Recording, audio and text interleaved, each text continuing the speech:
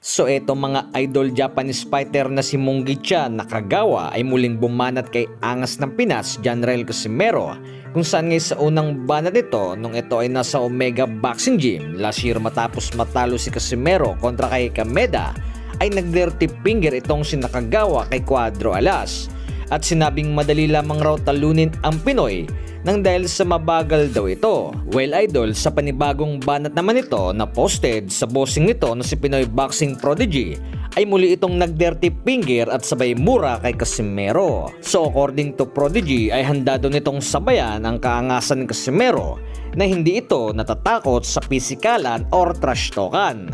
Na isa rin daw itong pwedeng makalaban ni angas ng Pinas sa hinaharap nang dahil katulad daw ito ni Kameda ay nasa Kameda promotion din.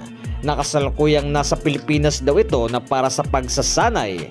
So kung magtugma naman ang mga pahayag na ito ni Prodigy na ilaban si Nakagawa kay Casimero, ay manindigan kaya ito sa ibabaw ng boxing ring na marami na ring boxer ang gumawa ng ganitong estilo na dikdikan daw umano ang bakbakan.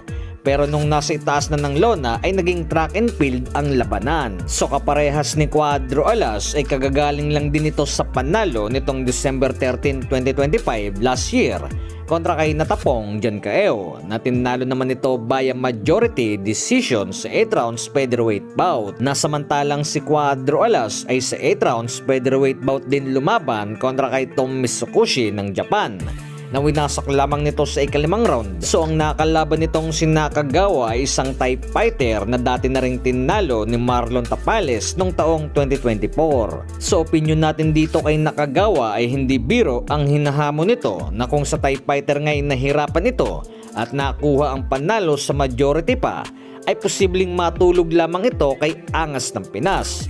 Na tulad sa nabanggit nito ni Prodigy, ay potential itong posibleng makalaban ni Casimero sa hinaharap dahil sa nasa iisang bangka lamang ang dalawang boxer.